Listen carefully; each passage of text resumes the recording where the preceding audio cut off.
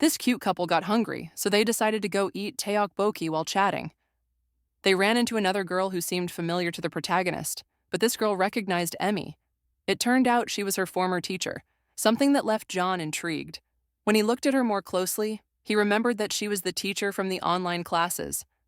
Ami introduced her as Professor Yelena, and John confessed that he attended her online classes since he managed to get in because there was a vacant spot. Upon hearing this, the professor wasn't sure if her online classes were effective, since they were more like lectures. Of course, Leon introduced himself and expressed his gratitude for her teachings, while Amy and the professor chatted about what they were doing in that place. John was observing the professor's big heart, thinking she looked even better in person. Emmy, on the other hand, was being teased because two people in a room together only meant one thing. Although it was just a joke, seeing them together, Yelena couldn't help but comment on how good they looked as a couple. However, she had to leave as she had other responsibilities, which made the couple blush, but Yelena thought about her own loneliness upon seeing those couples. John continued thinking about how great the professor looked, while Amy was unsure if her words were sincere or just a joke. After a few days, they arrived at the university, and by chance, he found a mole nearby. However, she tripped and looked around to make sure no one had seen her. She heard John's voice, which startled her a bit. He asked if she had seen him, and John pretended not to have noticed, which relaxed Amoy a bit. It wasn't until they walked together and she recreated how she tripped that Amoy shyly complained about it. For John, it was just a little joke. Because of this, Amoy agreed to let him accompany her to the club with the condition that he wouldn't tease her anymore. Still, John wanted to ask her something because it seemed strange to him that Amoy was so formal with him, especially since they were in the same year and she didn't know they were the same age. Something he had mentioned when they first met, which made him remember that day with Amelie. He apologized for what happened, but mentioned he didn't remember her name. This is why John asked her to speak more casually with him. At the club, they were greeted warmly, especially by Amelie. I must emphasize that Emma was more focused on John because she thought he was a sinful machine. However, John was being asked if he was close to Amelie, to which he replied that they only met near the club. His companion, on the other hand, didn't want to be left behind, bragging that he had also met someone, but it was mostly a lie. Then, John saw Emmy from afar, greeting her and appreciating how pretty she looked. She had sent him a message, and when he checked it, Emmy made a joke about how popular he was with the girls. But when he saw the last emoji, it made him feel something more, as it seemed like Emmy's intentions were obvious, which left the protagonist cold. However, Hannah started explaining why she had called them, as they were going to discuss their performances before exams and assignments started. She asked Cho to help, and later she gave all the details about the entries and pamphlets, saying she would provide more details in the line group. Now, Gina wanted to go outside to smoke, and many followed her. This worried Hannah about the girl's health, and although Chloe had already spoken to her, she wasn't going to be watching her because she had tasks to do. Still, Hannah invited everyone to go while they figured out what to eat. Chloe was undecided but wanted sushi. Meanwhile, John was worried about Emmy because he wasn't sure if she was upset, but he found it cute. However, when they couldn't enter the first restaurant, they went to a chicken place where they celebrated their first week of work. Chloe was very excited, while Emmy was drinking a rather strange beverage. I don't know about you, but I feel like it was her revenge, but she still drank it all. Thanks to this, Emmy seemed to calm down a bit. Some girls were posing for photos, and others were planning to make the president fall that night, something Emmy had heard about, so she decided to sit at another table.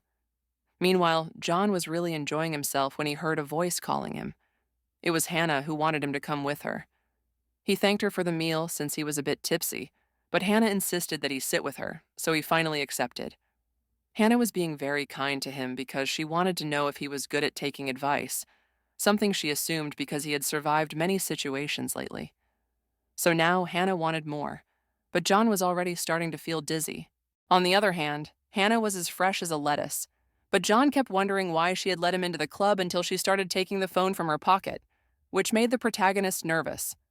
She told him that this happens when a man and a woman drink juice, which made John nervous because he knew he couldn't take his phone out of his pocket and someone might see what they were doing. She said it was just a game.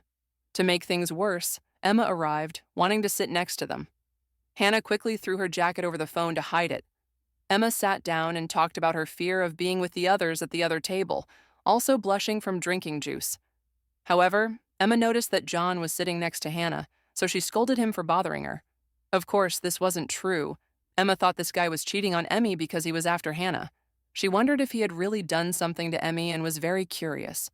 She was about to ask something, but since her head was spinning, she didn't know how to ask, which made John even more nervous. At that moment, Emma was going to ask, and only said a word that started with S, which confused both boys. Afterward, Emma fell asleep, which truly surprised Leon. Before continuing their games, Chloe arrived and complained to Hannah for not being as kind to her as before. Hannah said that wasn't true and that she had always treated her well, but she was sick and was going to call a taxi.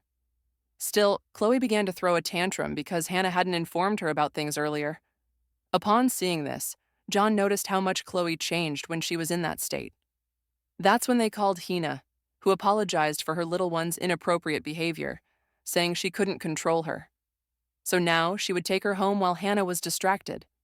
John saw an opportunity to escape, but at that moment, Hannah told him she had forgotten something while sitting on his lap.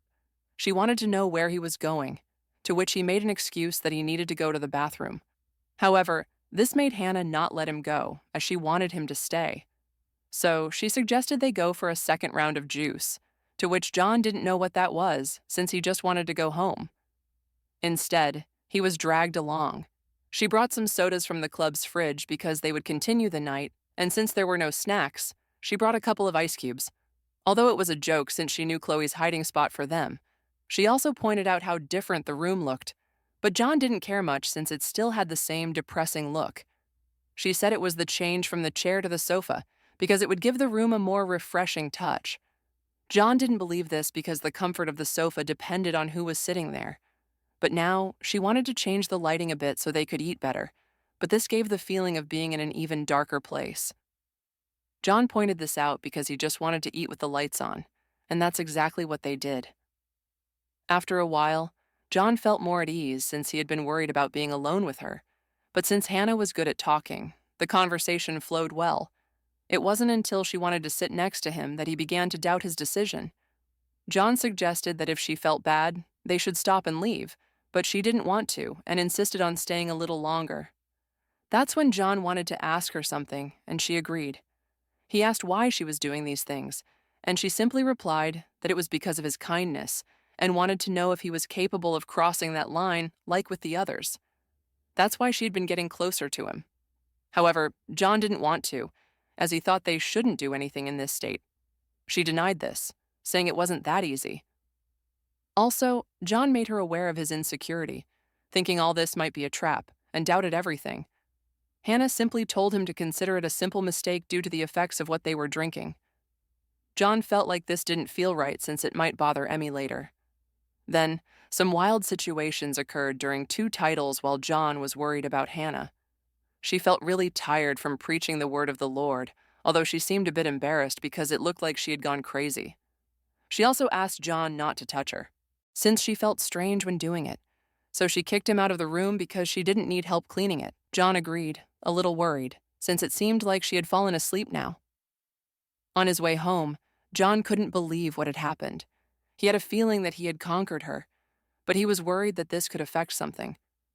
Still, he didn't give it much importance until he realized that if he told someone else, it would be over. A message came, pulling him out of his thoughts. When he saw it, it was from Professor Yelena, who was giving them a notice about the group projects that would be done and that they would have to meet at the school. Although it seemed crazy due to how beautiful the professor was, he would forgive her. A few days later, John found himself at the Faculty of Arts, which was very different from the engineering one since it smelled really nice due to the beautiful girls. When he entered the classroom, he looked for a place and decided to sit in the front, noticing that Amma was there and greeted her, receiving a response back. He noticed she was no longer so formal and wanted to join her, sitting next to her, something she agreed to. Chloe was also arriving, looking tired and thinking it was a nuisance to do a group project at that moment, because according to Emmy, those kinds of conferences were rubbish. However, she noticed something. Amma was there with the other guy. Chloe went to hug Emily since she didn't know she liked those kinds of things, something that surprised her. However, she greeted her kindly and wanted to sit next to Emily, so she asked for John's seat, which he didn't like because she didn't even greet him. Chloe sarcastically suggested she sit on his lap. Although John agreed with it, he didn't find it funny, or at least not as much as Amoy did. Still, he gave up his seat, thinking that Chloe was the kind of person who liked sitting in the middle. However, Chloe valued Amoy more than John. Luckily for him, the teacher arrived, apologizing for gathering them so suddenly. John knew they were about to draw lots, and Chloe joked that the teacher reminded her of her mom because she didn't know how to use a computer. The teacher explained that group work would replace the final exam. They were assigned to watch a play in pairs, write and send their impressions, and act out the play's final scene. She apologized for the sudden change, aware that some might be curious about her reasoning. The truth was simple. At her age, she wanted to know how a couple flirted. Actually, that was just a joke. Her real goal was to teach them the difference between watching a performance and performing one. This impressed some, but Chloe thought the teacher didn't know how to evaluate properly and just wanted to group them for a good experience together. Chloe was furious about what she heard, but now everyone would draw lots to form pairs. Chloe expected this because she had predicted it. Even though everyone was annoyed, especially Chloe, John hoped to be paired with someone he knew, like Amoy or maybe the vice president, who, despite her intimidating aura, made him feel comfortable. When Amoy's turn came, she drew number 12, and luckily, John had the same number. He was thrilled when he heard this. Meanwhile, at the club, Han was looking for a script that wasn't boring. Hina arrived at the club to hang out, but found only Han there, which didn't bother her since she claimed to understand Han's preferences. Han, uninterested in this, became curious about Hina's focus on scripts, especially since hiring someone to write them was expensive. After hanging out, Hina left to go to work, but before leaving, she teased Han about a mark on her neck, joking that it was evidence of a fun night with her boyfriend. Han, noticing the mark, remembered how it happened and how great it was, though she realized her thoughts were inappropriate as she couldn't stop thinking about it. Returning to John, he was happy to be paired with Amoy. Meanwhile, the president didn't know who her partner was, and John teased her about it. Chloe, embarrassed, asked the teacher for help finding her partner. Meanwhile, Amelin shyly asked Leon for his number, and they exchanged phone numbers. Uncertain about the play's content, John decided to research it. First, though, they needed to schedule a day to watch it. Emily suggested Saturday, which John liked. After checking available showtimes, the teacher asked them to text her with their group representative's name so she could send them tickets. Later, John texted the teacher, while Chloe sneakily kicked him hard for not pairing with her. Chloe invited Amoy to lunch, and though John declined since he had plans with friends, he asked the girls to accompany him to his department. On the way, the girls debate what to eat. John received a message from Han inviting him to dinner with some guys, which made him uneasy due to past incidents. However, seeing that Amy would be there, he accepted the invite. Speaking of Amy, Chloe blamed her for group work, claiming it was inevitable. When Leon appeared, Amy invited him to join her for lunch. Chloe teased Leon's reaction and said she would eat with her friends. Amy insisted he join her in her Nunez. John suggested hurrying to avoid a line, leaving the girls speechless, except for Amy, who invited him to lunch. John thought he'd also dine with Amy that night, and to his luck, she held his hand secretly. When John asked if Amy would attend dinner, she said no because she had work, leaving him both impressed and confused. At dinner, Han apologized to John for lying about her reasons for inviting him. She admitted feeling lonely, but joked she just wanted to see her Obey Jr. John told her it would have been better to be honest. Han explained she thought he wouldn't come, so she lied. She suggested reading the Bible together as a joke, shocking John, who found the idea odd at a bar. Han insisted, claiming the emotions would appeal to men in such an atmosphere. As they started praying, Emma, eavesdropping from another room, wondered if it was appropriate. She eventually rejoined her friends, but remained curious about what was happening. Meanwhile, Han kissed Jeon, confusing him about their relationship. He rejected her advances, saying it was better to leave things as they were. But Han kissed him again, claiming they were just partners reciting the creed. Later, Jeon, still confused, decided to distract Emma when she confronted him about praying in a bar. Though Emma was upset, Jeon deflected the situation with a ridiculous explanation, making Emma run off in frustration. On Saturday, John and Amoy went to see the play. They discussed its themes, and Amoy found it fascinating, especially the lighting and sound effects. John, however, was reminded of Han's influence on his thoughts. Afterward, they talked more, with John inviting Amoy to dinner to delve deeper into their impressions. Amoy accepted, marking the end of the first part of their story. Stay tuned for more. Remember to like, subscribe, and hit the notification bell. See you in the next recap.